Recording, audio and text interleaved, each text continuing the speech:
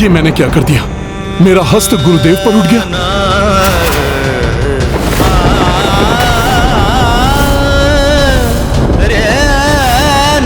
ये क्या कर दिया हनुमान ने? यदि महादेव का क्रोध जागृत हो गया और उन्होंने अपना तृतीय नेत्र खोल दिया तो? और शिव जी के तृतीय नेत्र खोलने का अर्थ है हनुमान की मृत्यु और सृष्टि का महासंहार। मेरे प्रहार से भोले बाबा इतने क्रोधित हो जाएंगे, ये तो मैंने सोचा ही नहीं था। युद्ध का परिणाम कभी कभी इतना अनर्थकारी होता है कि उसकी कल्पना भी नहीं की जा सकती, और जब उसका परिणाम सामने आता है तो तब तक बहुत विलंब हो चुका होता है। भोले बाबा मुझे जो भी दंड देंगे हनुमान को सहर्ष स्वीकार होगा।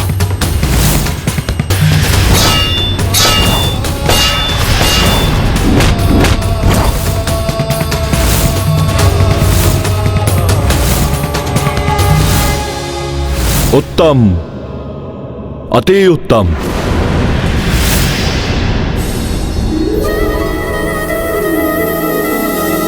मेरे प्रभु को क्या हो गया? क्रोध के स्थान पर मुस्कान।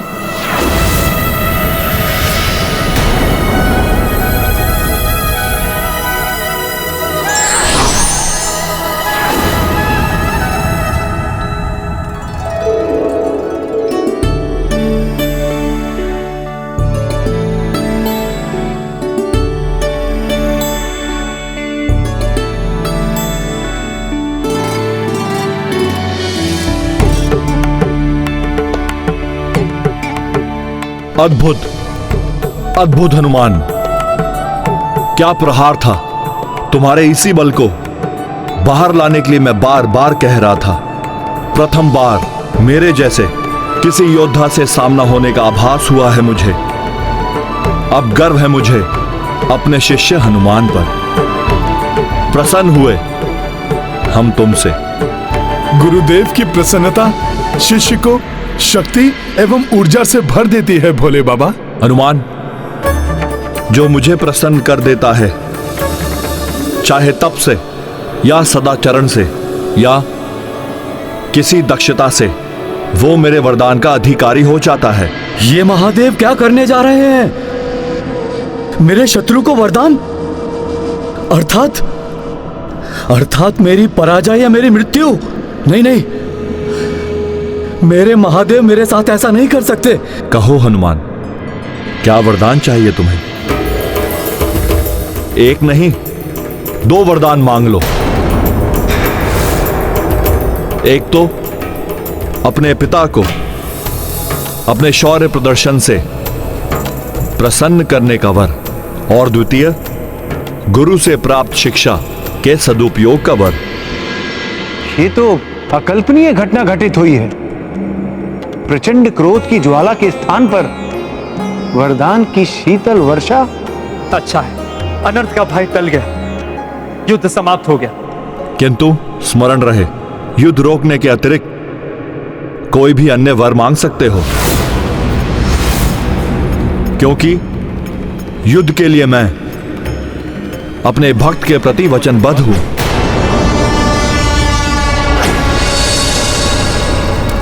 ये क्या हो रहा है स्वामी? कभी महादेव और हनुमान के मध्य गुरु शिष्य की मर्यादा दिखाई देती है, तो कभी पिता पुत्र का प्रेम, तो कभी शत्रु भाव। वरदान भी एक नहीं 2, और ये युद्ध भी नहीं रोकेंगे। प्रिय, इस समय महादेव पिता, गुरुवर और भगवान तीनों हैं। पिता पुत्र के किसी कार्य से प्रसन्न होता है तो पुत्र को वरदान देता है।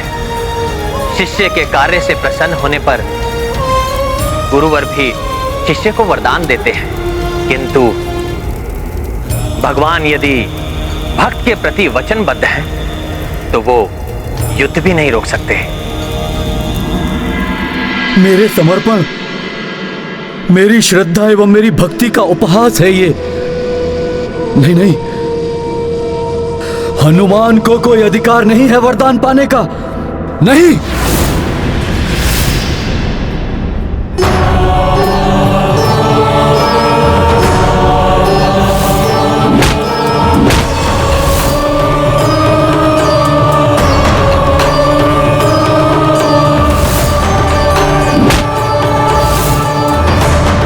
सोच रहे हो पुत्र हनुमान? कहो, क्या इच्छा है तुम्हारी?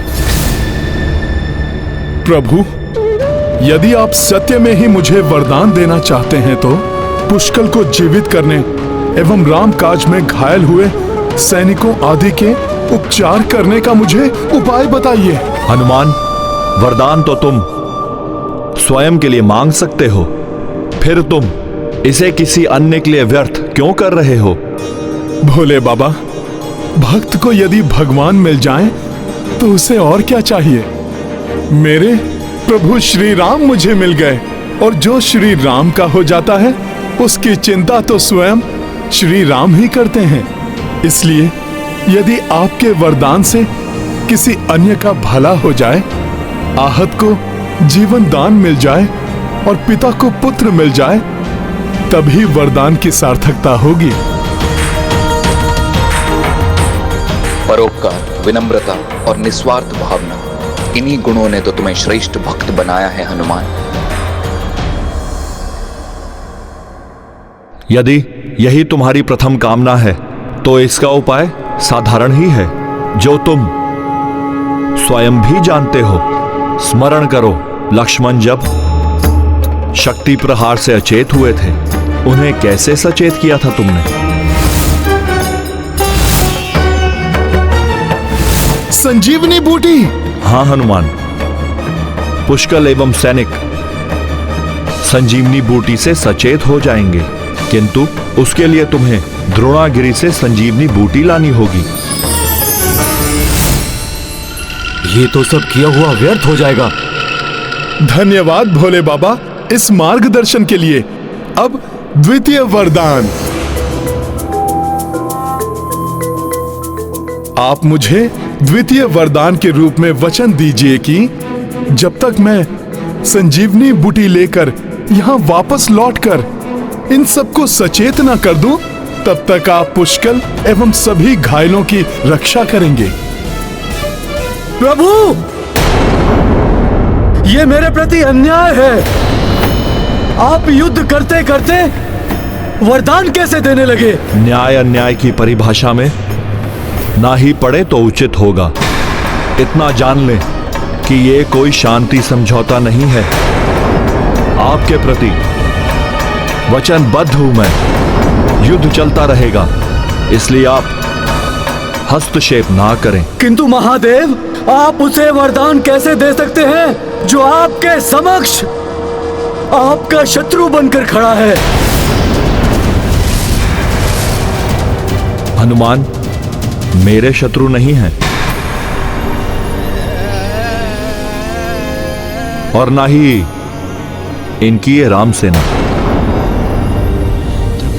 प्रभु, बस ये प्रतिद्वंदी है इस युद्ध में, अन्य तो सभी मेरे पुत्र हैं। किंतु हनुमान मेरे पुत्र, मेरे शिष्य एवं मेरे भक्त भी हैं। तुमने मुझे भक्ति से प्रसन्न किया और हनुमान ने मुझे शक्ति से प्रसन्न किया है, और जो मुझे प्रसन्न करे उसे मुझसे वरदान पाने का अधिकार है। हनुमान, मेरी सेना महाराज वीरमणि के नियंत्रण में उनकी रक्षा के लिए रहेगी, परंतु मैं तुम्हारे लौट कर आने और इन सबको सचेत करने तक पुष्कल और अन्य सभी की रक्षा करूंगा। इस प्रकार तो सब कुछ उलट जाएगा। मैं ऐसा नहीं होने दूंगा। आज्ञा गुरुदेव, प्रणाम।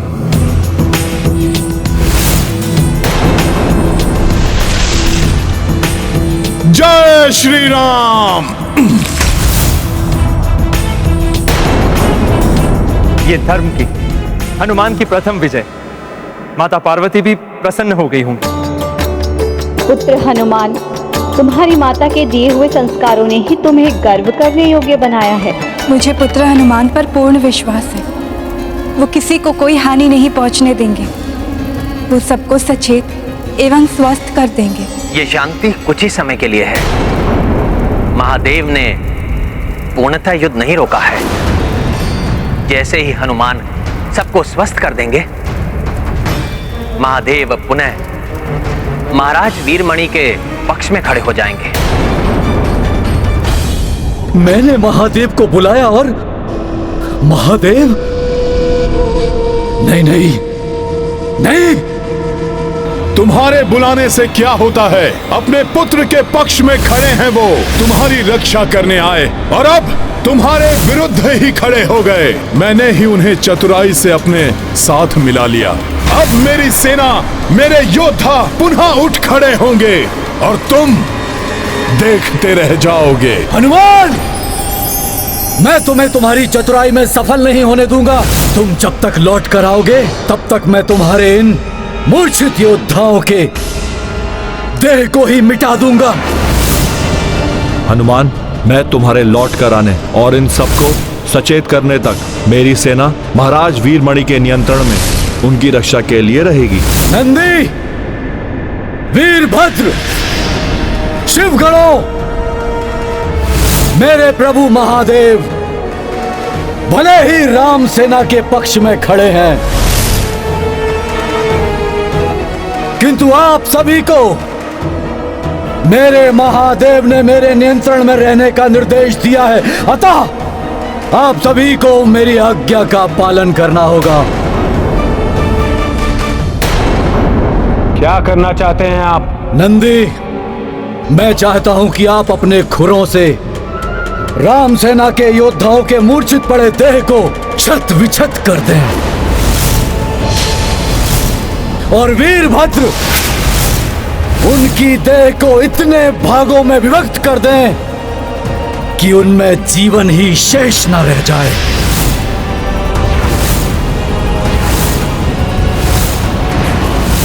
और आप प्रेतगणों उनकी विभाजित देहों को भक्षण कर जाए ताकि पुनः कोई जीवित ना हो। किंतु यह सब उस वानर हनुमान के लौटने से पूर्व हो जाना चाहिए।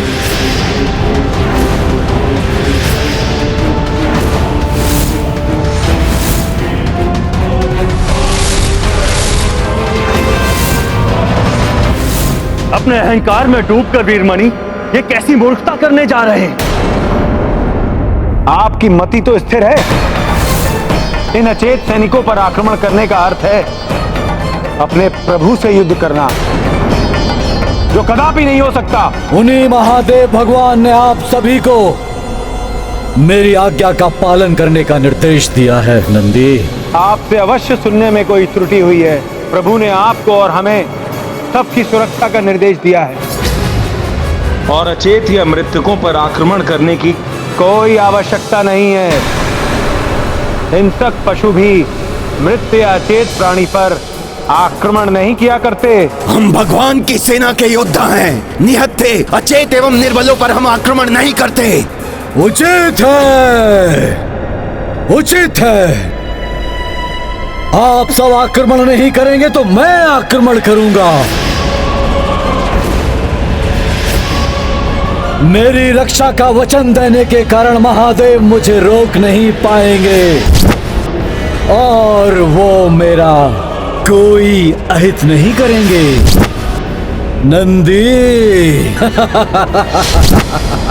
ओम नमः शिवाय, ओम नमः शिवाय।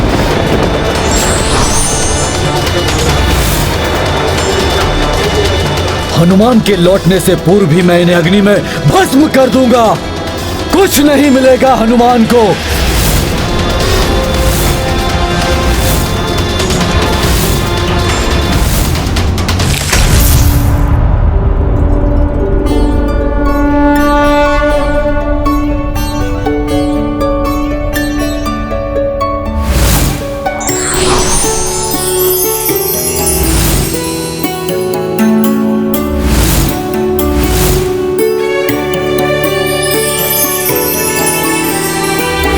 पिछली बार बूटी बहुत ही कठिनाई से प्राप्त हुई थी। आशा है इस बार बूटी की प्राप्ति में द्रोणगिरि कोई सहायता कर दे।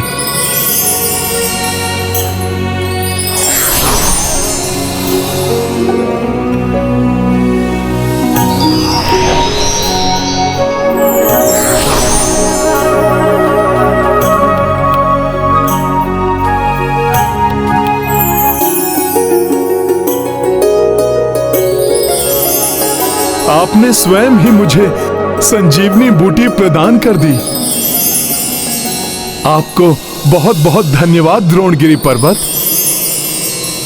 अब मुझे शीघ्र ही जाकर सबको स्वस्थ करना होगा। मुझे कुमार पुष्कल के प्राण लौटाने होंगे। जय श्री राम।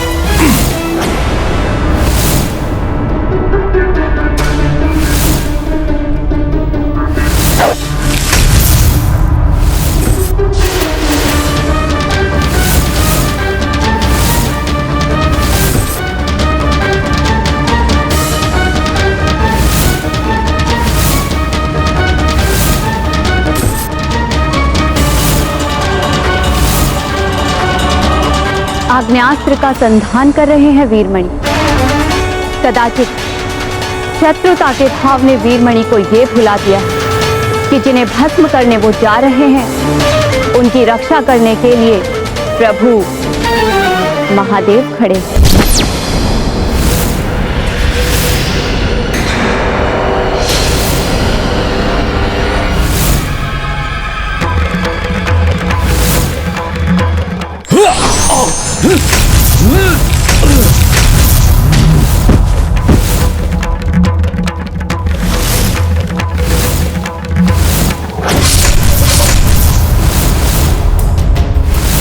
वीरमणि, हनुमान के अतिरिक्त मेरे प्रहार को संभालने की क्षमता तुम में तो क्या किसी में भी नहीं होगी। तुम मेरे भक्त हो इसलिए जीवित हो, अन्यथा तुम्हें इस दुस्साहस का दंड मिल गया होता।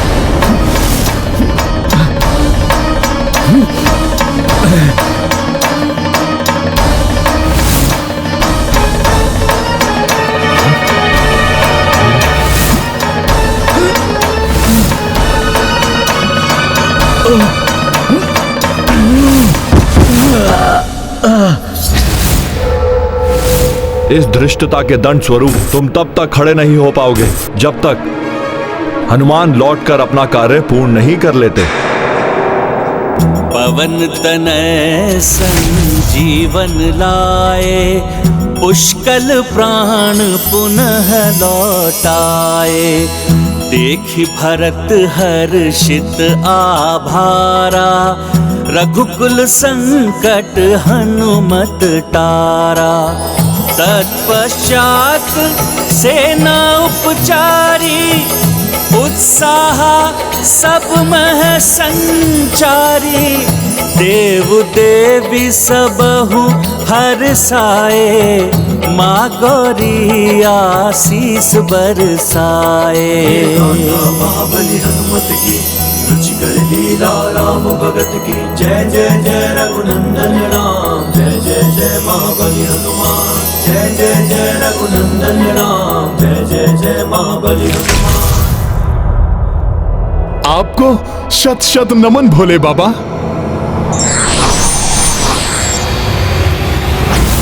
हनुमान,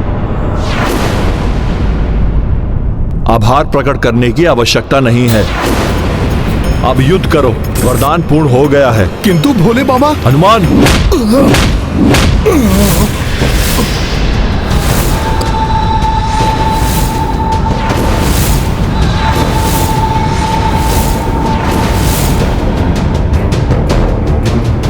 हर हर महादेव।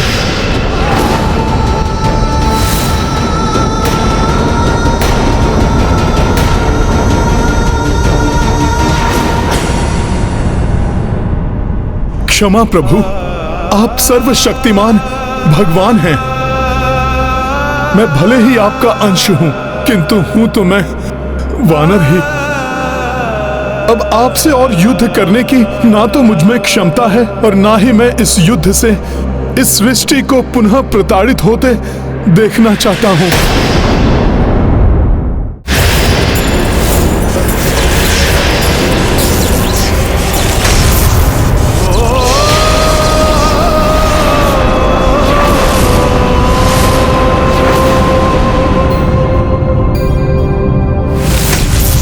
योद्धा हो तुम, कायर एवं निर्बलों की भांति बातें मत करो।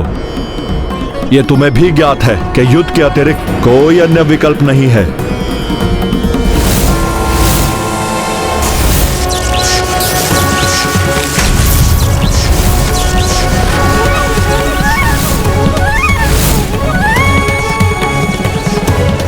ठीक नहीं हो रहा है हनुमान जी के साथ। मुझे ज्ञात है भोले बाबा, युद्ध के अलावा कोई विकल्प नहीं है, किंतु आप तो भगवान हैं। अपने भक्त को दिए वचन के लिए आप अपने इष्ट के विरुद्ध खड़े हो सकते हैं, किंतु मैं तो एक वानर हूं, मनुष्य की भांति समस्त सुख दुख एवं भावनाओं से प्रभावित होता हूं। मैं अपने गुरुदेव, अपने पिता और अपने इष्ट के विरुद्ध और अधिक खड़ा नहीं रह सकता। युद्ध में भावनाओं का स्थान नहीं होता। गदा उठाओ और युद्ध करो।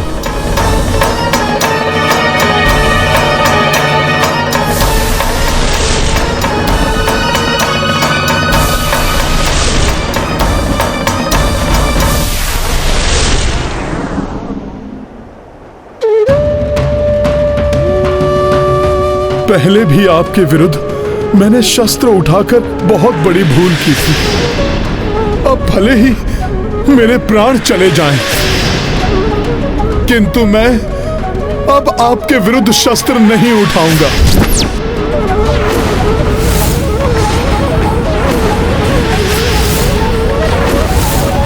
यदि तुम स्वयं ही मृत्यु का वरण करना चाहते हो तो अवश्य ऐसा ही होगा।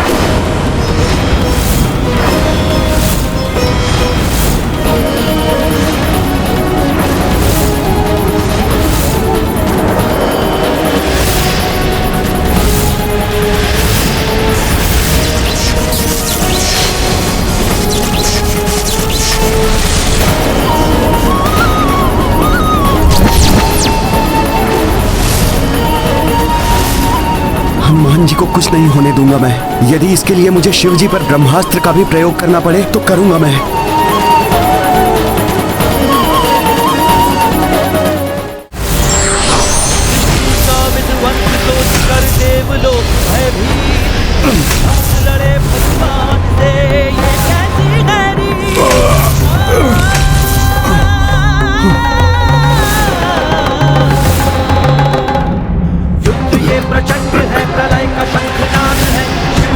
रुक क्यों गए प्रभु?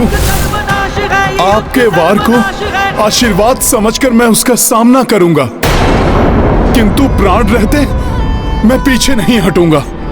आप मुझ पर कीजिए वार। यही हठ है तुम्हारा तो मेरा वार नहीं रुकेगा।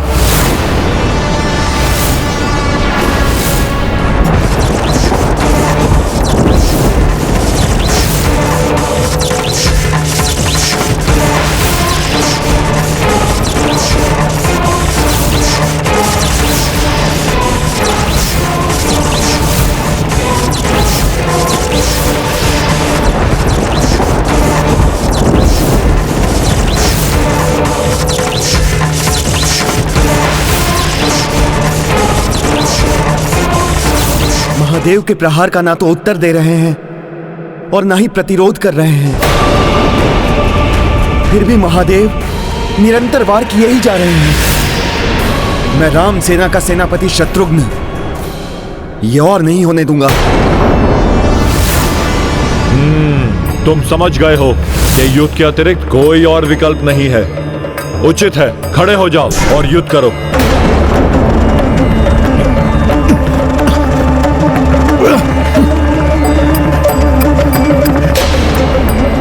विवश हो गए हैं हनुमान युद्ध करने के लिए।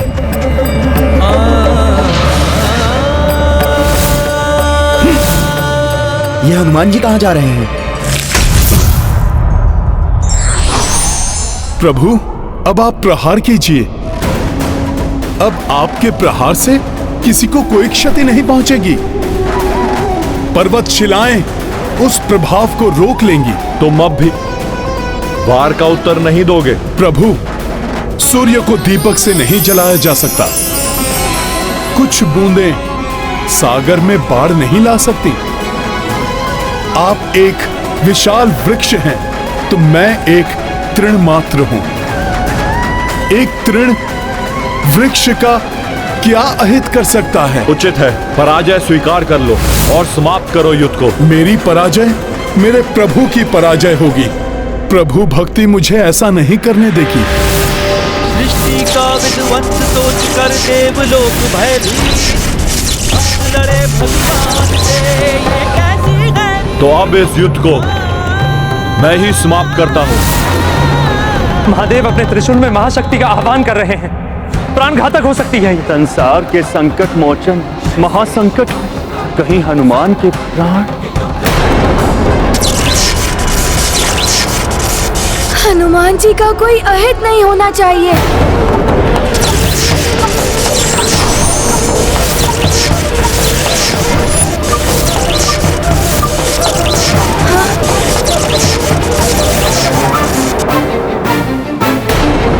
कुछ कीजिए रघुनंदन। महादेव अपने त्रिशूल में त्रिलोक की शक्ति का आह्वान कर रहे हैं। निर्दोष निरपराध हनुमान इसके भीषण प्रहार को नहीं सह पाएंगे। जितनी विवश आप हैं, उतना ही परवश मैं हूं। दोनों ही मेरे प्रिय हैं। एक मेरा हृदय है तो दूसरे मेरी आत्मा। जिन हनुमान जी ने इंद्र आदि देवताओं के संकट हरे, ग्रहों के अधिपतियों को मुक्त कराया, अनेक बार सृष्टि की रक्षा की, आज वो हनुमान जी संकट में हैं। उन्हें बचाने के लिए कोई नहीं आ रहा है, मात्र महादेव की अपार शक्ति के भय से। किंतु ये जानते हुए भी कि महादेव को रोकना असंभव है, फिर भी मैं हनुमान जी को बचाने का प्रयास अवश्य करूंगा।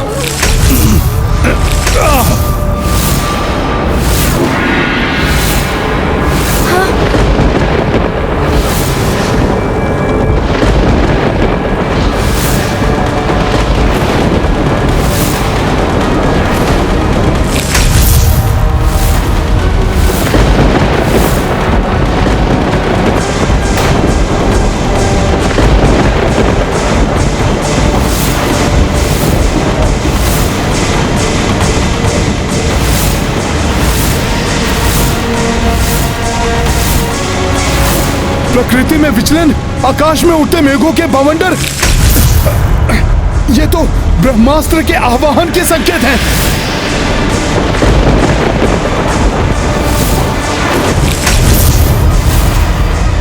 शत्रुघ्न भैया ब्रह्मास्त्र का आह्वान कर रहे हैं।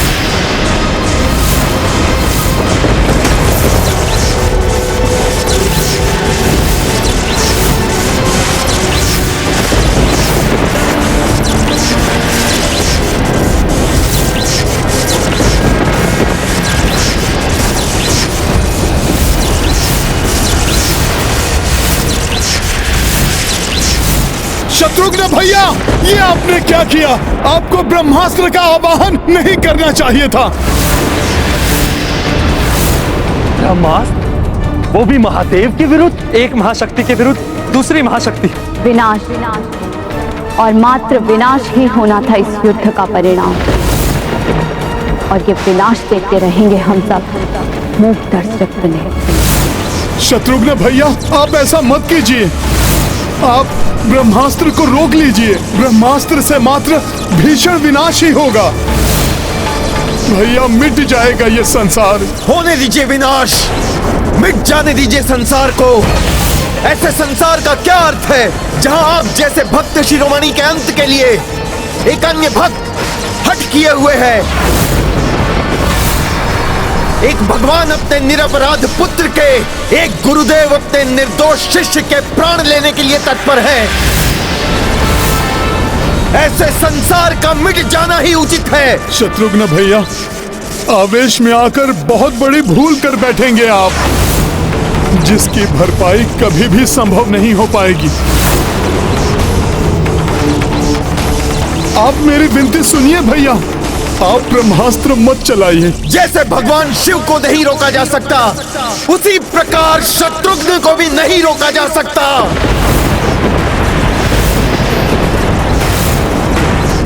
क्षमा महादेव, इसके अतिरिक्त अन्य कोई विकल्प नहीं दिखाई दे रहा है इस युद्ध को रोकने के लिए।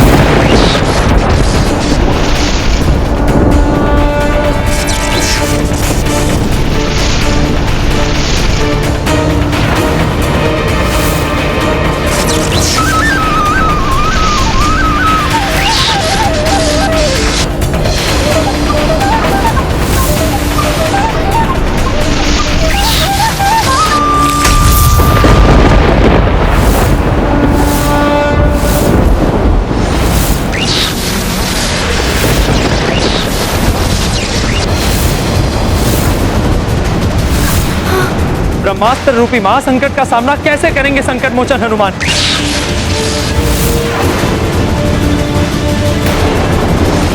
प्रभु रक्षा कीजिए हनुमान जी की। ब्रह्मास्त्र है ये, घातक आघात करके ही रहेगा।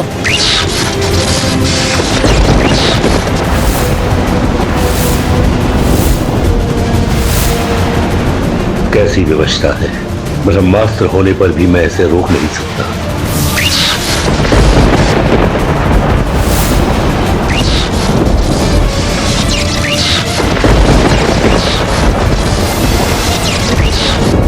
अपनी देह पर सहूंगा ब्रह्मास्त्र का प्रहार, भोले बाबा का स्पर्श भी नहीं करने दूंगा इसे।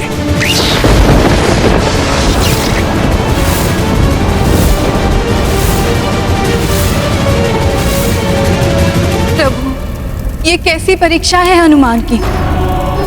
महादेव के प्रहारों को सहन करने वाला हनुमान अब महादेव पर किए गए वार को अपने ऊपर लेने के लिए प्रस्तुत हो गया है।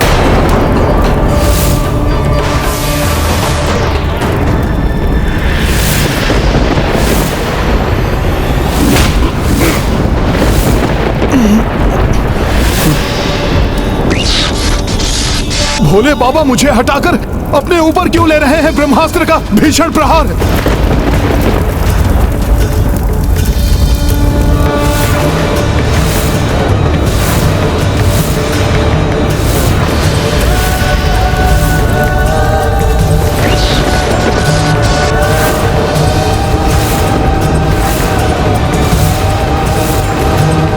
प्रभु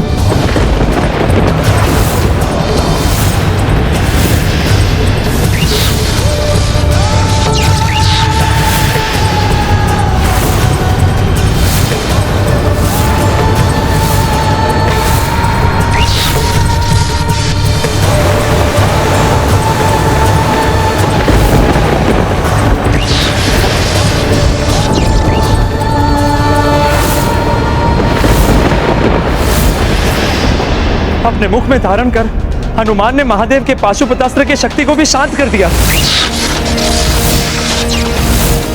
किंतु इस ब्रह्मास्त्र को ही प्रभु ने अपने भीतर ले लिया।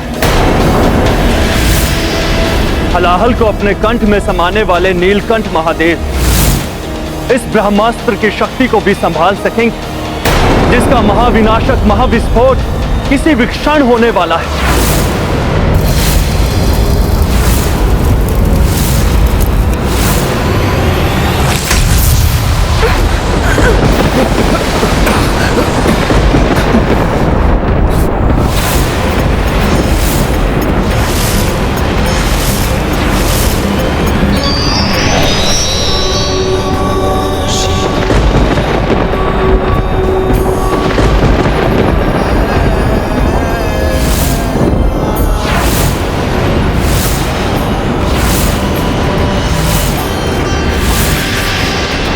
अद्भुत!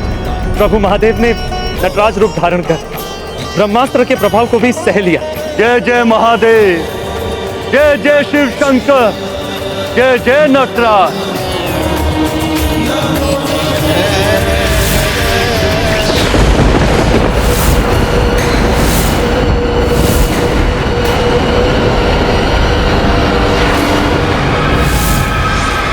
ब्रह्मास्त्र के कारण महादेव का क्रोध प्रकाष्ठा पर पहुंच गया, उनका तृतीय नेत्र खुलने वाला है।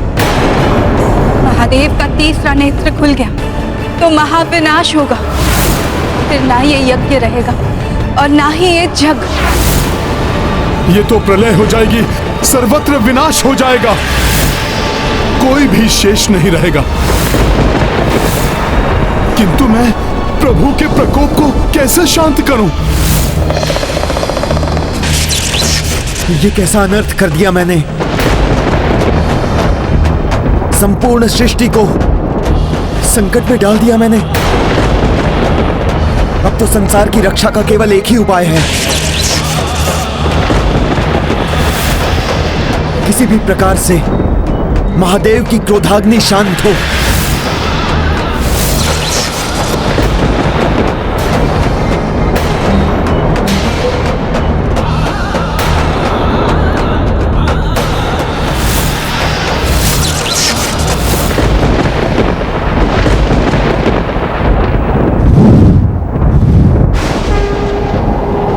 प्रभु शांत हो जाइए।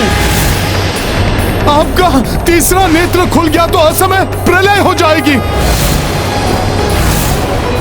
निर्दोष निर्बल मनुष्य और जीव जंतुओं का संहार हो जाएगा। भोले बाबा, आप ये अनर्थ मत होने दीजिए। शांत हो जाइए भोले बाबा।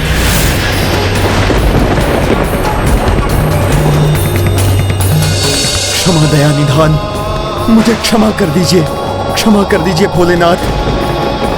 आपका दोषी मैं हूं, मैं ही हूं जिसने आपके ऊपर ब्रह्मास्त्र चलाने का दुस्साहस किया है। उसका दंड दीजिए मुझे, विलग कर दीजिए मेरी देह से मेरे प्राण। अग्नि में भस्म कर दीजिए मुझे, किंतु इस सृष्टि को विनाश के मुख पर मत डालिए, मत डालिए प्रभु, मत डालिए। दया कीजिए प्रभु, दया कीजिए। हे महादेव, हे परमात्मा, दया कीजिए।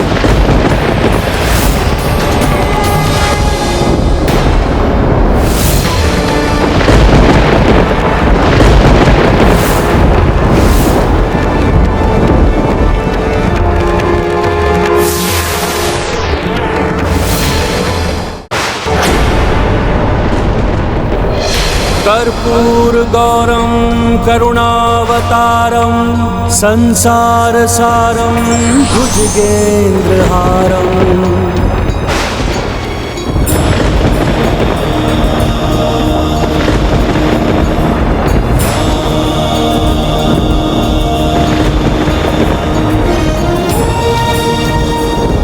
कर्पूरगौरं करुणावतारं संसारसारं भुजगेन्द्रहारम्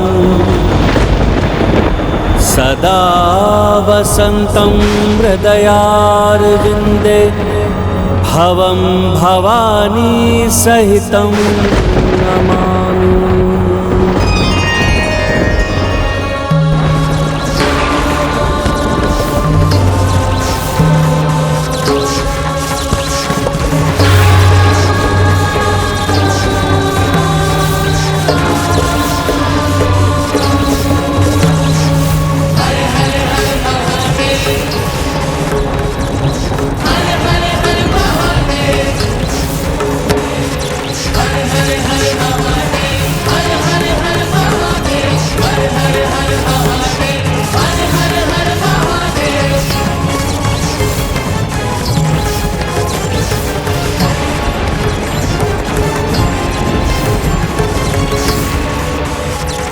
जटाटवीगलज्जलप्रवाह पावितस्थले कलेवलम्ब्य लम्बितां भुजङ्गतुङ्गमालिकाम्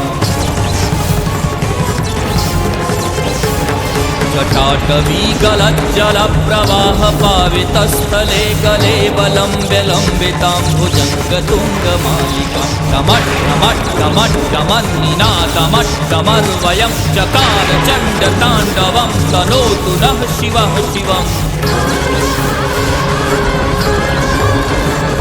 जटाकटाह सम्भ्रमं भ्रमन्निलिम्प निर्झरी विलोलबीज वल्लरी विराजमानी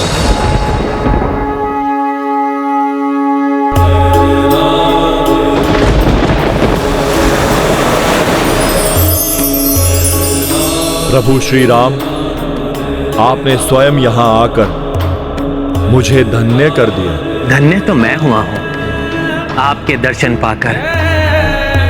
हे प्रभु, हे परमात्मा, देवों के देव महादेव,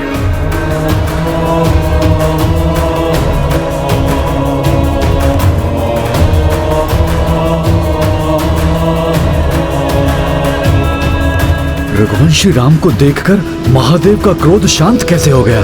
कुछ भी हो, मेरी रक्षा का वरदान दिया है उन्होंने, वो तो उन्हें पूर्ण करना ही होगा। प्रभु महादेव के हृदय में उनके इष्ट प्रभु श्री राम का वास है, इसलिए उनके हृदय में धधकती क्रोधाग्नि को प्रभु श्री राम ही शांत कर सकते हैं।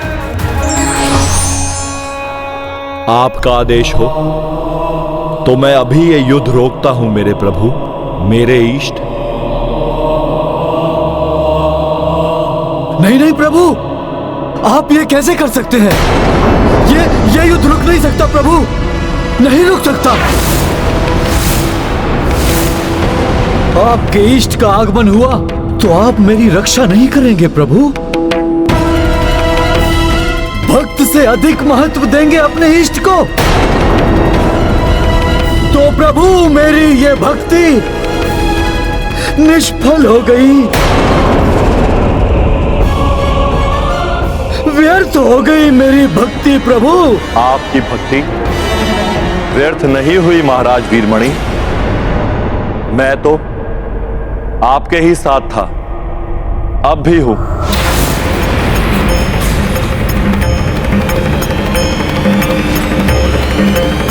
कहिए, अब क्या चाहते हैं आप? प्रभु, आपके समक्ष खड़े रघुवंशी के अश्वमेध यज्ञ के अश्व का अंत कर दीजिए। अश्व के अंत के साथ साथ अंत होगा इनका अश्वमेध यज्ञ। तब ये युद्ध स्वतः समाप्त हो जाएगा प्रभु। अवश्य करूंगा, किंतु तब जब आप मुझे दिखाएंगे कि रघुनंदन श्री राम है कहां, जिनके अश्वमेध यज्ञ की अश्व की बात कर रहे हैं आप।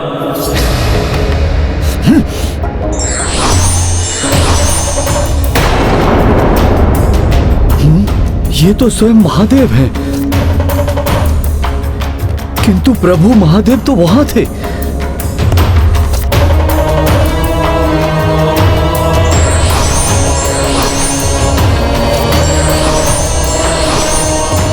ये क्या कोई दृष्टि दोष है मेरा? प्रभु महादेव को उस रघुवंशी और उस वानर से पृथक नहीं कर पा रहा हूं।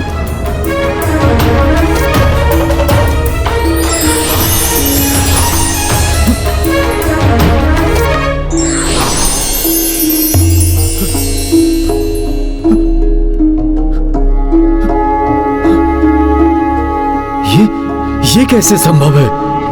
अपना अहंकार त्याग कर भक्ति की दृष्टि से देखेंगे महाराज वीरमणि, तो यही पाएंगे कि आपके प्रभु श्री राम ही के प्रभु शिव हैं और शिव ही राम हैं। हम दोनों का ही सम्मिलित रूप है हनुमान, उनमें शिव भी है और राम भी।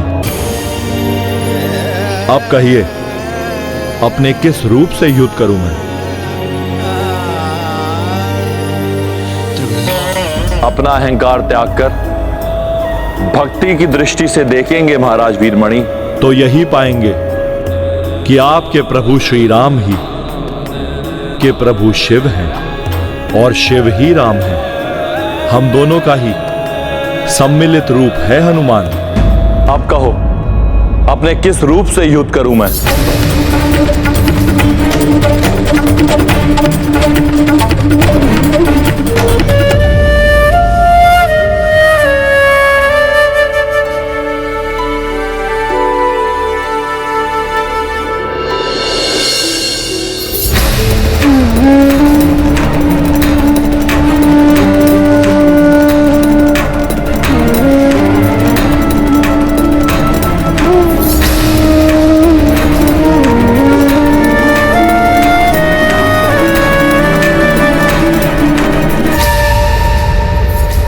प्रभु, मुझे क्षमा कर दीजिए, मुझसे बहुत बड़ी भूल हो गई।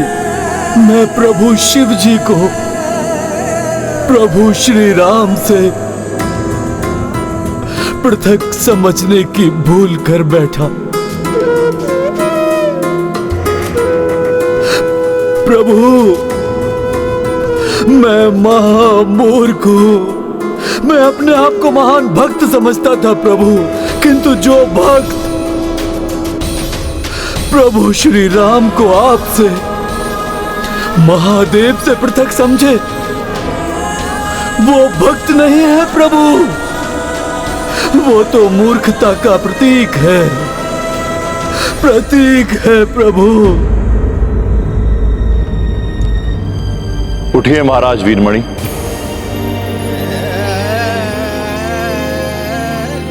समझिए इस रहस्य को। ये सब इसलिए हुआ है जिससे शैव और वैष्णव भक्त हमें पृथक ना समझे, आपस में विवाद ना करें। भक्ति में भेद का कोई स्थान नहीं, ये समझकर एक मत शांति से भक्ति करें। प्रभु, मैं समझ गया। हनुमान के साथ मेरे युद्ध का कारण था समस्त संसार के समक्ष उनकी कर्तव्य निष्ठा को और उजागर करना। हनुमान ही है जो अपने कर्तव्य पालन के लिए स्वयं रुद्र का भी सामना कर सकते हैं। और ये भी प्रभु कि समस्त संसार को ये भी ज्ञात हो जाए कि मेरी शक्ति का स्रोत आपकी और प्रभु श्री राम की भक्ति ही है। हे प्रभु श्री राम, आप मुझे अपनी शरण में ले लें। ये तो मेरा सौभाग्य होगा। आपके अधीन रहूंगा तो मैं धन्य हो जाऊंगा प्रभु।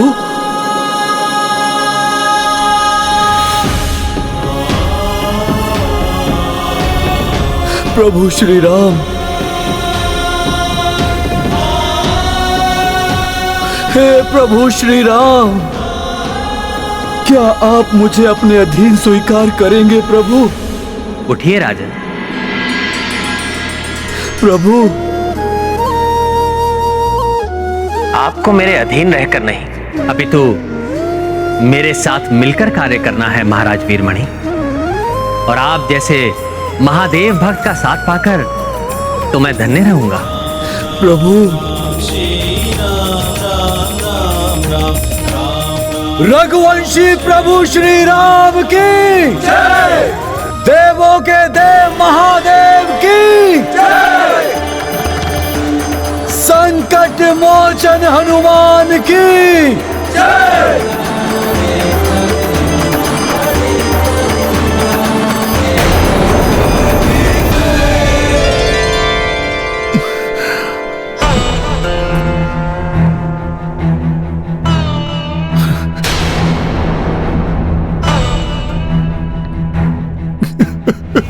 ये हनुमान को अचानक क्या हो गया? क्या हुआ हनुमान जी?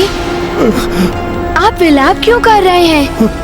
प्रभु श्री राम, प्रभु आपको स्वयं यहाँ आकर यज्ञ संपन्न होने के पूर्व वहां से नहीं उठने का वचन भंग करना पड़ा आपको, क्योंकि मैं यज्ञ के अश्व और सेना को सुरक्षित रखने का वचन नहीं निभा पाया। आपके कार्य में असफल हुआ हूं मैं। प्रभु, आप इसका अत्यंत कठोर दंड दीजिए मुझे। मेरे प्राण हर लीजिए प्रभु आप। प्रभु मेरे प्राण हर लीजिए।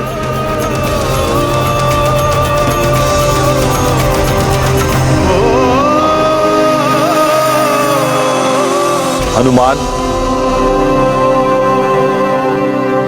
ईश्वर है प्रभु श्री राम, अष्टनिधियों के स्वामी, कण कण में है जिनका वास, जो सर्वत्र व्याप्त है वो कहां नहीं है।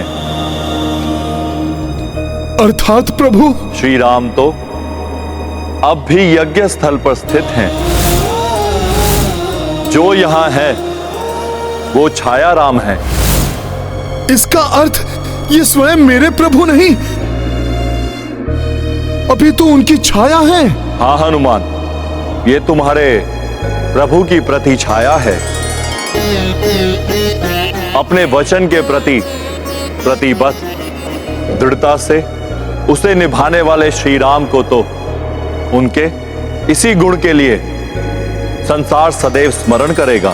मैं तुम्हारे संकल्प को खंडित कैसे कर सकता था हनुमान?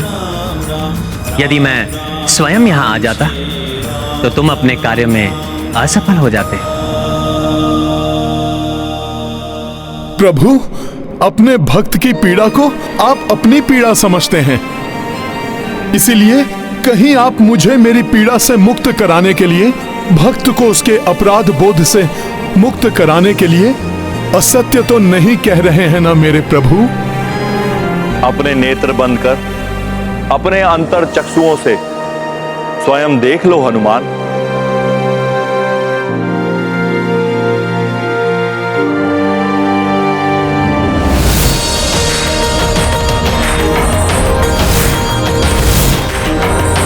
प्रणाम प्रभु।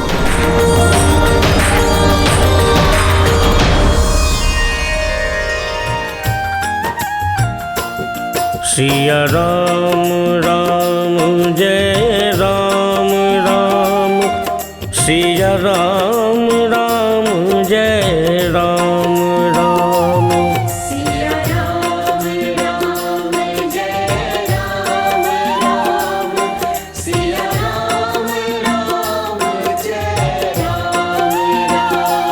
सिया राम राम जय राम राम, सिया राम राम जय राम राम, सिया राम राम जय राम राम, सिया राम राम जय राम राम, सिया राम राम जय राम राम,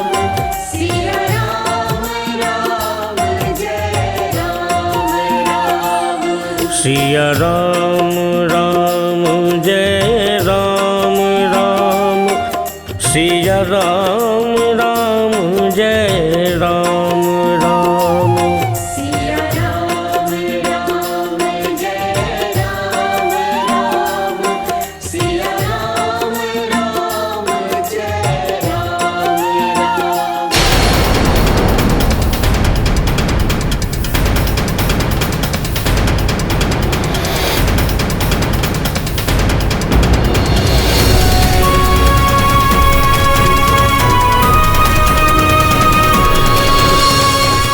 हनुमान जी, अब यही एक बड़ा राज्य शेष है। इसके पश्चात ये दिग्विजय यात्रा संपन्न हो जाएगी। सुमत जी, तब तो गति में वृद्धि कर हमें शीघ्रता से आगे बढ़ना चाहिए, जिससे शीघ्र अतिशीघ्र संपूर्ण विश्व में राम राज्य की स्थापना हो जाए। जय श्री राम! जय श्री राम! जय श्री राम! जय श्री राम! जय श्री राम! जय श्री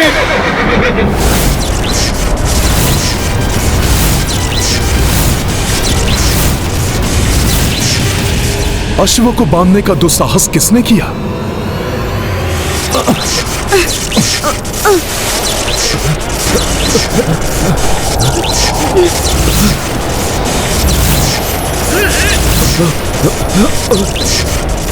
ये कैसे संभव है? जो हनुमान स्वयं महादेव के वार सह गए, जिन्हें ब्रह्मास्त्र, पाशुपतास्त्र और स्वयं महादेव की त्रिशूल ना रोक सकी, वो एक साधारण डोर के बंधन में बंध कर रुक गए। ये कैसा बंधन है जिससे हनुमान जी भी मुक्त नहीं हो पा रहे?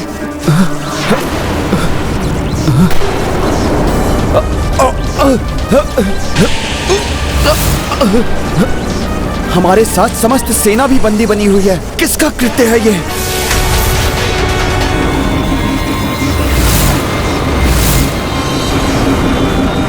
कुछ स्पष्ट नहीं दिखाई दे रहा है।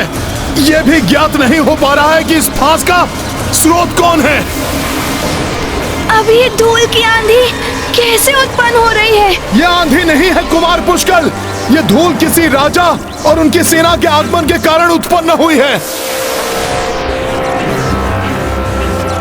प्रतीत होता है हमारी दिग्विजय यात्रा पूर्ण होने से पूर्व अभी एक और युद्ध शेष है। ये कौन राजा है जिसने अपने विशाल सेना के साथ प्रभु श्री राम की सेना का मार्ग अवरुद्ध किया? कौन है आप जिन्होंने प्रभु श्री राम के अश्वमेध यज्ञ के अश्व को रोकने का दुस्साहस किया है? मैं हूं महाराज सुरथ।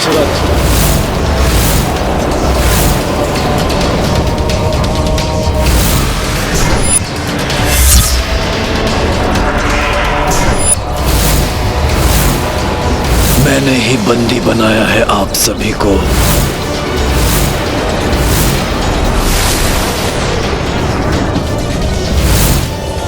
ये कैसे संभव है? ये वृद्ध राजा जो चल भी इतनी कठिनाई के साथ रहे हैं, हमें बंदी बनाने में कैसे सक्षम हुए? वास्तव में इनकी सेना भी उतनी विशाल नहीं है जितनी प्रतीत हो रही थी। ऐसी वृद्धावस्था में आप ऐसा दुस्साहस क्यों कर रहे हैं महाराज? राम सेना को रोका है आपने, वो भी सेना की इतनी लघु टुकड़ी के साथ। वो राम सेना जिसे देवी की शक्ति रूपी वो पर्वतों का, प्रभु महादेव के त्रिशूल का, यहाँ तक कि स्वयं महादेव का सामना किया।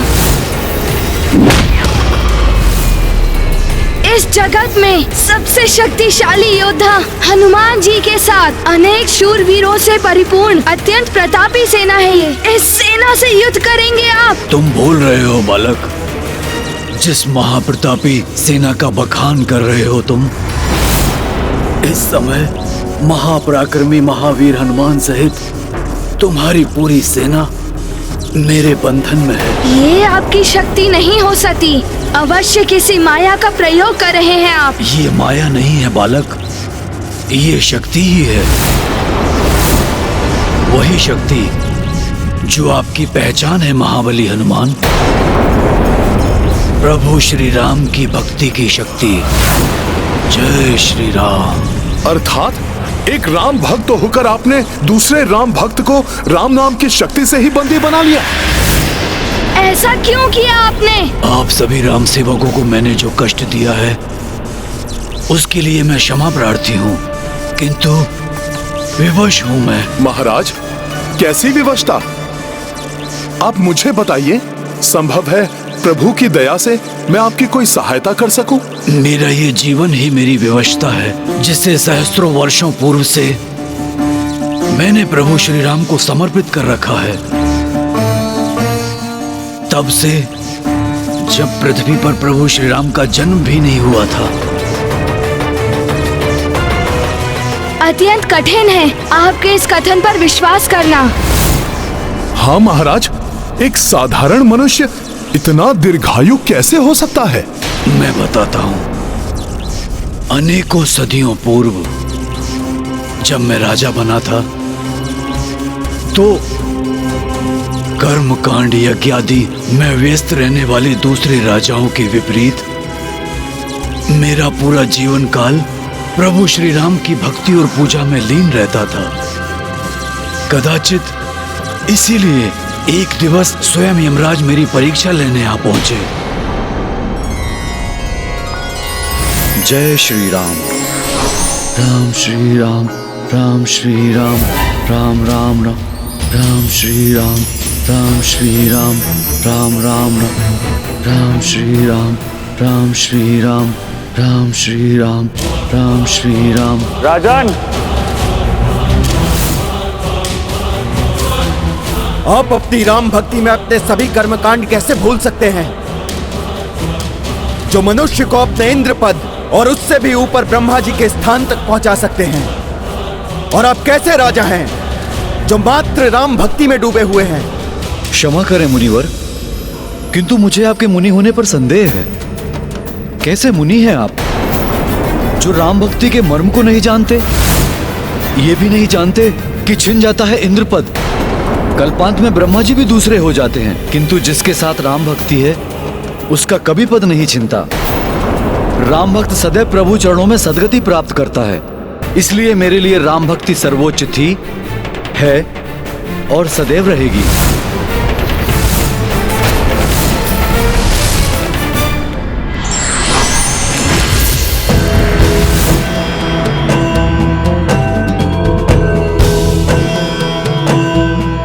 प्रणाम यमराज जी। राजा सुरथ, हम आपकी राम भक्ति देखकर प्रसन्न हुए। हम आपको आशीर्वाद स्वरूप वरदान देना चाहते हैं। कहिए, क्या वरदान चाहिए आपको? मुझे तो मात्र एक ही वरदान चाहिए कि अपनी मृत्यु से पूर्व अपने प्रभु के राम अवतार श्री राम का दर्शन कर सकूं और वो स्वयं मेरे राज्य में पधार कर मेरे राज्य को कृतार्थ कर सकें।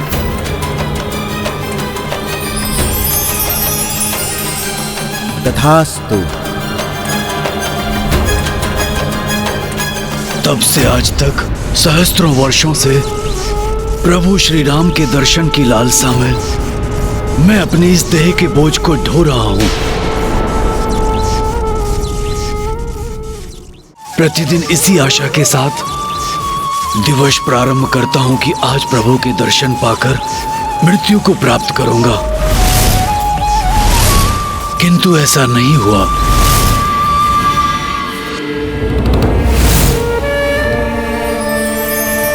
जय श्री राम। कई वर्ष बीत गए।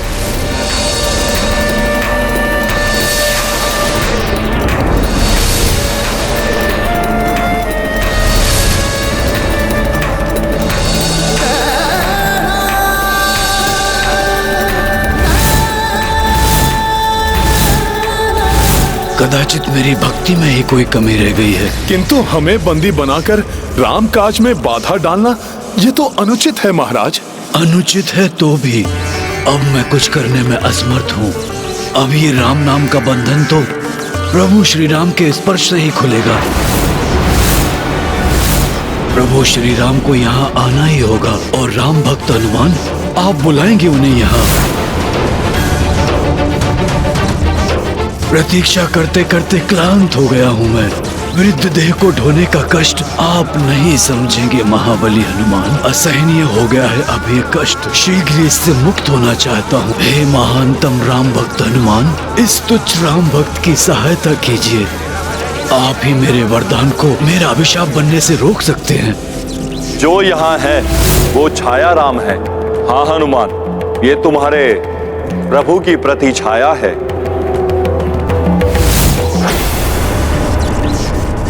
मैं आपकी पीड़ा समझता हूं। मैं आपकी सहायता करने का प्रयास अवश्य करूंगा।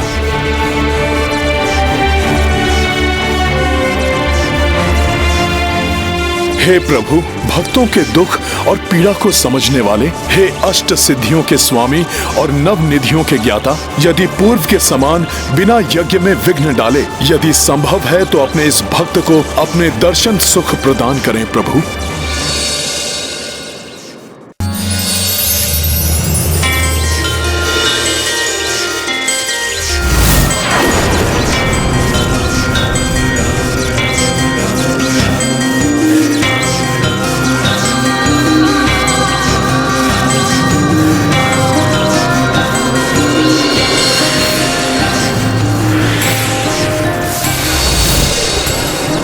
मैं तो आपके दर्शन के पश्चात मृत्यु की कामना करता था प्रभु।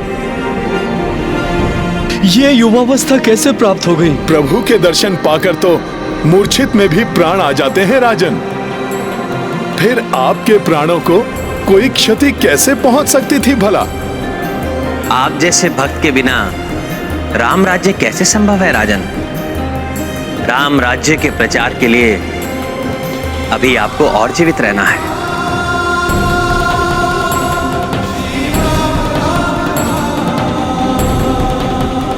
आपकी कृपा पाकर मैं धन्य हुआ कृपा निधान।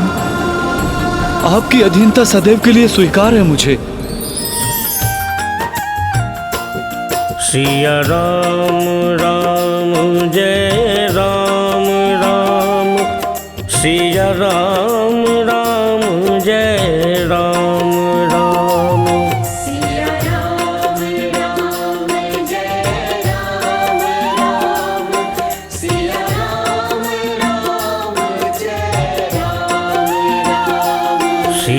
राम राम जय राम राम, सिया राम राम जय राम राम, सिया राम राम जय राम राम, सिया राम राम जय राम राम, सिया राम राम जय राम राम, सिया राम राम जय राम राम, सिया राम राम जय राम राम,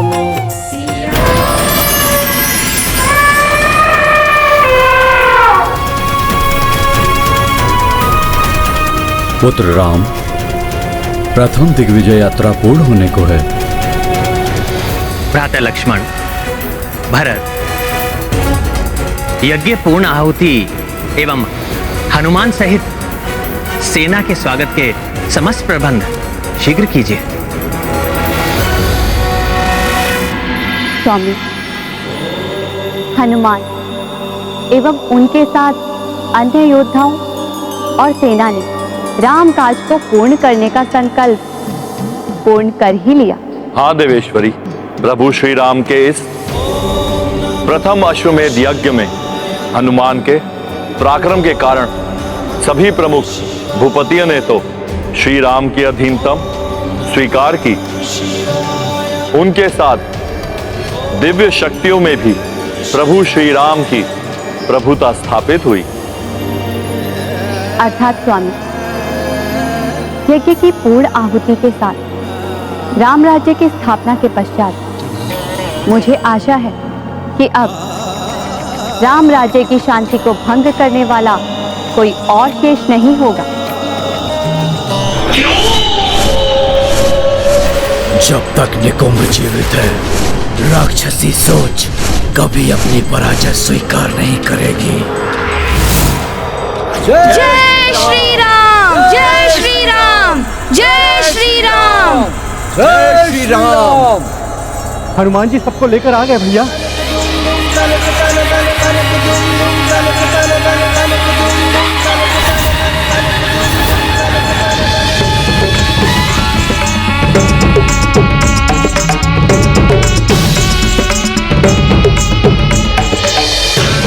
प्रभु श्री राम की, प्रभु श्री राम की, प्रभु श्री राम की, प्रभु श्री राम की।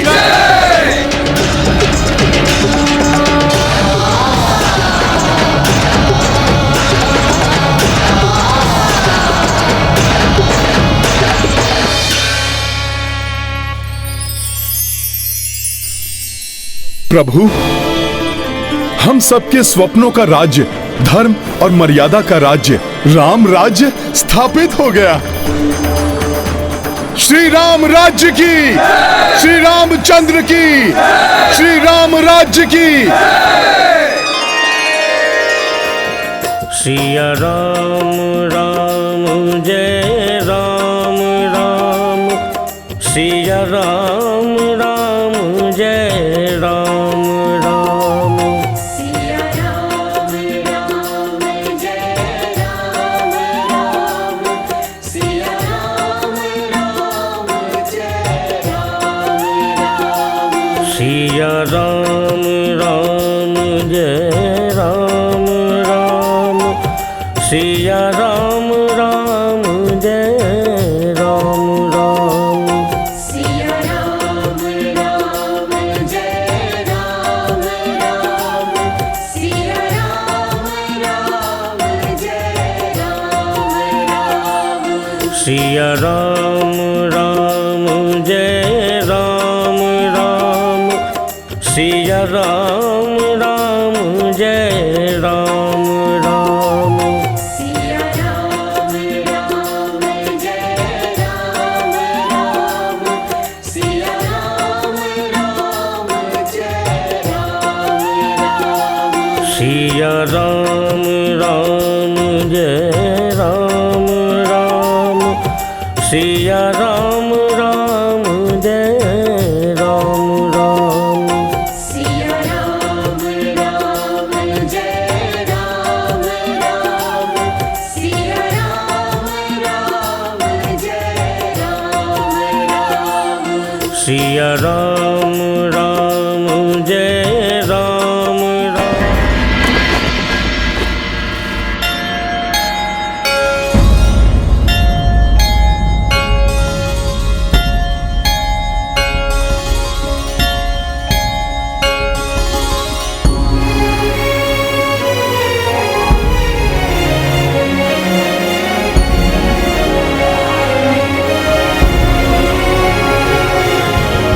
महाराज राम, आज से आप चक्रवर्ती सम्राट हुए। प्रभु श्री राम की, प्रभु श्री राम की, प्रभु श्री राम की। मैं अयोध्या नरेश राम धन्यवाद करता हूं उन सभी माननीय राजाओं का जिन्होंने अधीनता स्वीकार की, किंतु मैं उन्हें यह स्पष्ट करना चाहता हूं कि अधीनता का अर्थ पराधीन होना ना समझे, अपितु स्वयं को धर्म के अधीन समझे। इस अश्वमेध यज्ञ का उद्देश्य अधर्म की पराधीनता को समाप्त करके धर्म के राज्य की स्थापना करना है। अतः आप सब धर्म का पालन करते हुए अपना राज्य अपनी इच्छा अनुसार चलाने के लिए पूर्णतया स्वतंत्र हैं। श्री रामचंद्र की, श्री रामचंद्र की। मैं अपने अनुज शत्रुघ्न का भी धन्यवाद करता हूं जिन्होंने इस अभियान का नेतृत्व बड़े विवेक और वीरता के साथ संभाला एवं अपने दायित्व का भलीभांति निर्वहन किया। भैया, मैंने जो कुछ भी किया है आपके प्रताप से ही किया है। मैं कुमार पुष्कल का भी धन्यवाद करता। संपूर्ण यात्रा में अनेकों बाधाएं आई, किंतु कुमार पुष्कल ने बड़ी वीरता और अडिगता के साथ उसका सामना किया एवं अपने सहयोगियों की सहायता से उन बाधाओं पर विजय प्राप्त की। और मैं अपनी सेना के उन वीर सेनानियों का भी आभारी हूं जिन्होंने पग पग पर आने वाली कठिनाइयों को सहते हुए धूप, वर्षा एवं प्राकृतिक आपदाओं एवं आसुरी विपत्तियों का सामना करते हुए भी इस अभियान को पूर्ण किया। अब उनके बारे में क्या कहूं, जिनके कार्यों की व्याख्या करने के लिए वर्णमाला में अक्षर भी कम पड़ जाए, जो मेरे अभिन्न सखा, अनुपम सेवक एवं श्रेष्ठतम भक्त हैं। उनके बिना तो राम काज कभी पूर्ण ही नहीं हो सकता।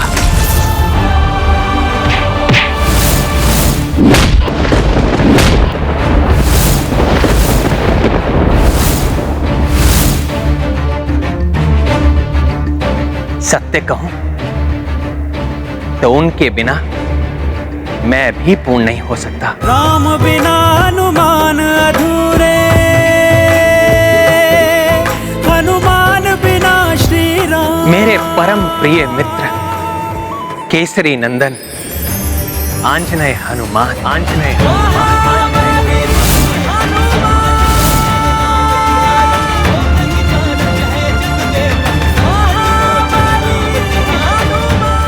भक्त शिरोमणि हनुमान की, रामदूत हनुमान की, संकट मोचन महाबली हनुमान की।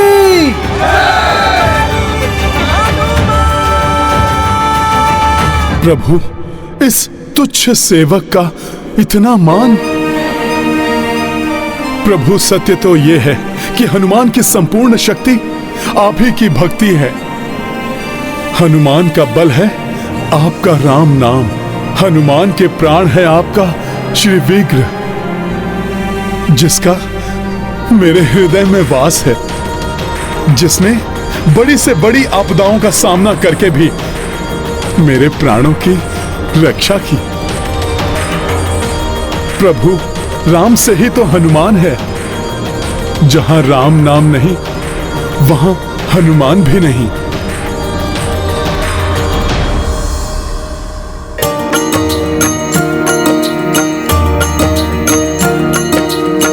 राम बिना कपि जो कछु नाही, सोई हनुमत बिन रघुराई। महावीरा सम भक्त न भूपर, राम काज हेतु सदा तत्पर। राम सिया राम जय हनुमान।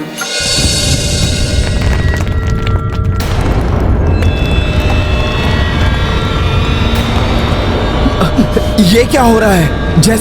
जैसे धरती डगमगा रही है। अकस्मात भूकंपन। अकस्माती यहाँ ये भूचाल क्यों आने लगा? हमने पूर्ण पवित्रता और विधि विधान से चक्रवर्ती सम्राट का राज तिलक किया है, फिर ये प्राकृतिक आपदा कैसे आने लगी? गुरुदेव वशिष्ठ, मुझे तो ये प्राकृतिक आपदा नहीं, कुछ और ही प्रतीत हो रही है। मैं अभी बाहर जाकर देखता हूं कि इस भूकंपन का केंद्र कहां है और वहां क्या हो रहा है।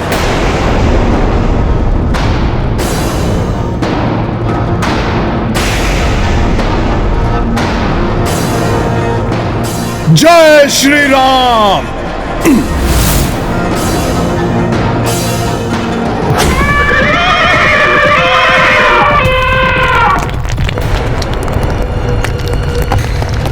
प्रतीत हो रहा है यही है भूकंपन का केंद्र। कुछ तो बड़ी हलचल हो रही है धरती के भीतर।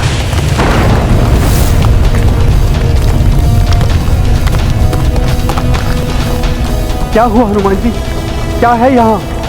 कहीं कोई आसुर शक्ति तो नहीं जो पाताल लोक से यहाँ चली आई? कुछ तो है लक्ष्मण भैया जो बाहर आने को आतुर है।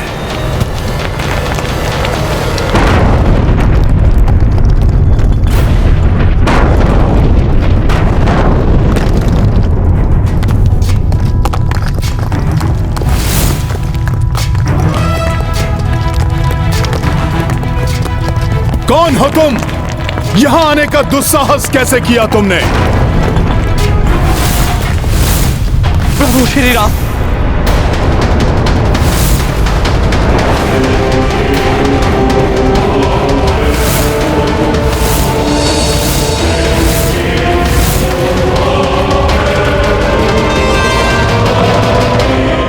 विभीषण जी।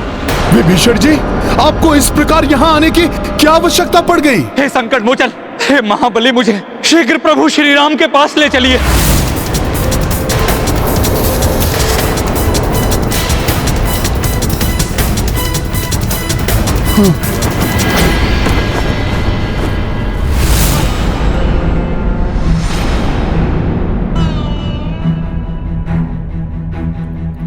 विभीषण जी, प्रभु श्री राम ने आपको भ्राता समान ही माना है।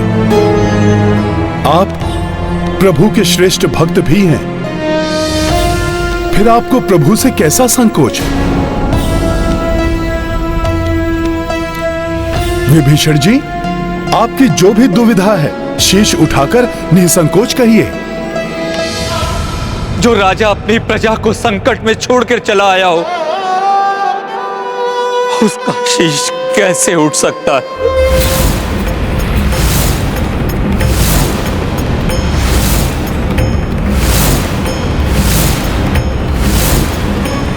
अर्थात लंका पर कोई संकट आया है विभीषण जी? हाँ प्रभु, लंका अब आपके अधीन नहीं रही।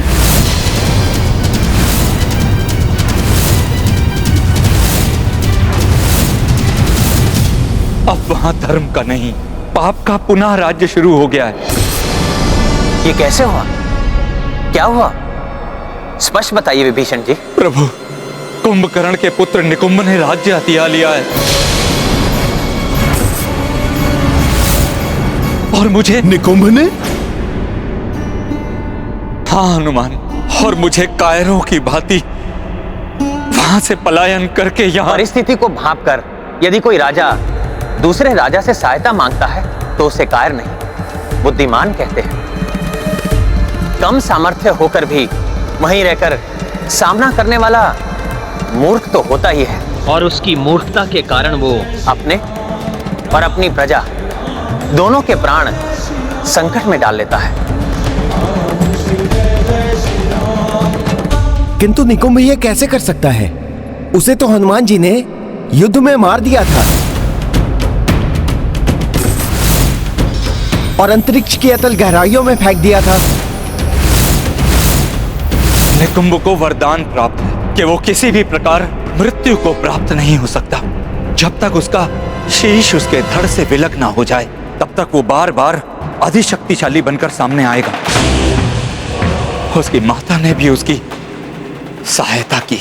उसकी माता अर्थात कुंभकर्ण की पत्नी? हाँ हनुमान, अपनी माता के उकसाने पर वो सीधे लंका चला आया। उसकी माता भी उसके साथ थी।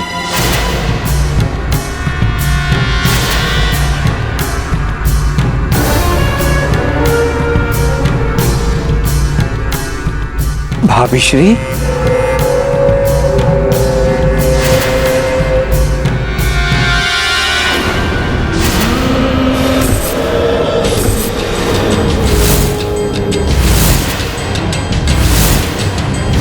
क्या हुआ? इस राज सिंहासन के वास्तविक अधिकारी महाबली निकुंभ को देखकर भयभीत हो गए। द्रोही काका विभीषण,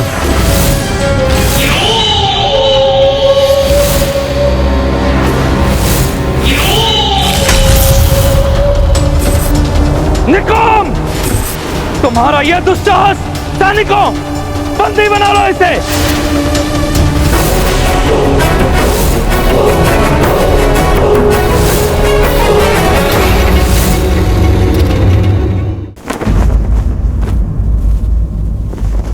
निकुंभ के पास सबकी सोच को परिवर्तित करने की विलक्षण मायावी शक्ति है। वो इसी शक्ति से संसार में राक्षसी सोच का विस्तार करना चाहता है। महाराज सुमद के राज में तो उसने अपनी इस शक्ति से सबको ही निद्रा मग्न कर दिया था। मैं भी शीघ्र ही समझ गया था कि उसने अपनी माया से सबकी बुद्धि को भ्रमित कर दिया। अतः मैंने शीघ्र ही अपनी तलवार निकाली, किंतु उसने अपनी मायावी शक्ति से मुझे निहत्था कर दिया और बार बार मायावी शक्ति का प्रहार किया।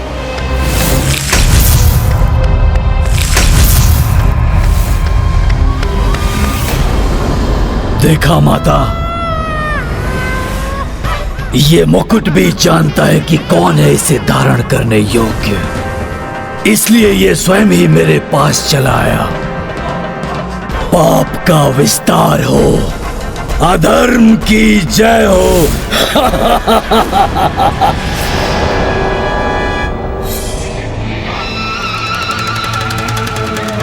लंका के सबसे बलवान महाबली कुंभकर्ण के पुत्र हो तुम निकुंभ, इसलिए यहाँ के राजा बनने योग्य मात्र तुम ही हो।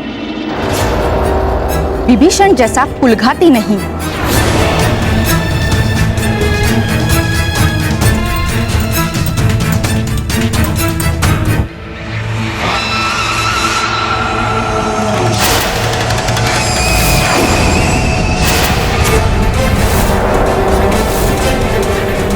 निकुंभ, विभीषण गुप्त मार्ग से भाग निकला है। यदि वो पुनः राम से जा मिला तो अनर्थ हो जाएगा।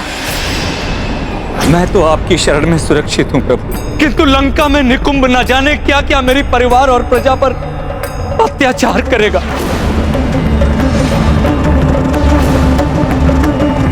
निकुंभ से उनकी रक्षा कीजिए प्रभु। महापापी है निकुंभ।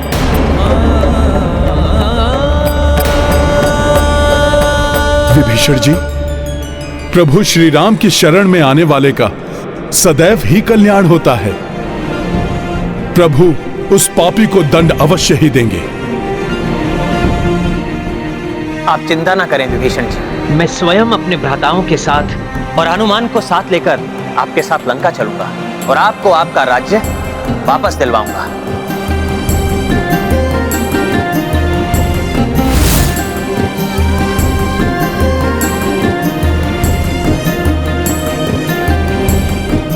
निकुंभ ने स्वयं ही आमंत्रण दिया है अपनी मृत्यु को।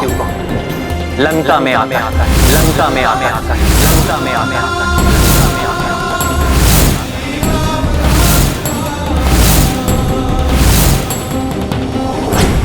लंका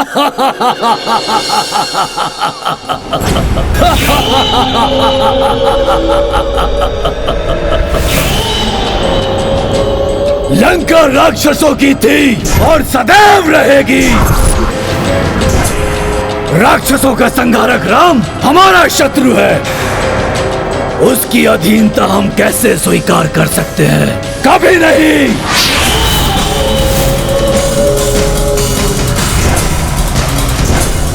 राक्षवीरों, मैं महाबली कुंभकर्ण का पुत्र निकुंभ आपका समस्त राक्षसों का खोया हुआ गौरव वापस लाऊंगा। किंतु ये तभी संभव होगा जब आप सब मेरा साथ देंगे। बोलिए, देंगे मेरा साथ? हाँ हमें राम स्वीकार नहीं। राम हमारा शत्रु है, उसकी दास्ता हम नहीं करेंगे। राक्षस बलवान है, महान है। बलवान किसी के अधीन नहीं रहते। मैं आप सबको विश्वास दिलाता हूँ कि फिर से हमारा समय आएगा। पूरी धरती पर हमारा राज होगा। तीनों लोकों पर रक्ष परचम लहराएगा। तीनों लोकों पर आकाश में हमारा ही सूर्य उगेगा। बोलो, किसका सूर्य होगा आकाश पर? किसका सूर्य होगा आकाश पर?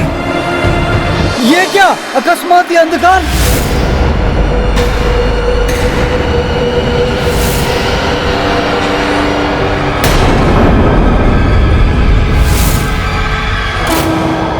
अब कौन आ गया यहाँ? ये तो वही वानर है, इसी ने लंका जलाई थी।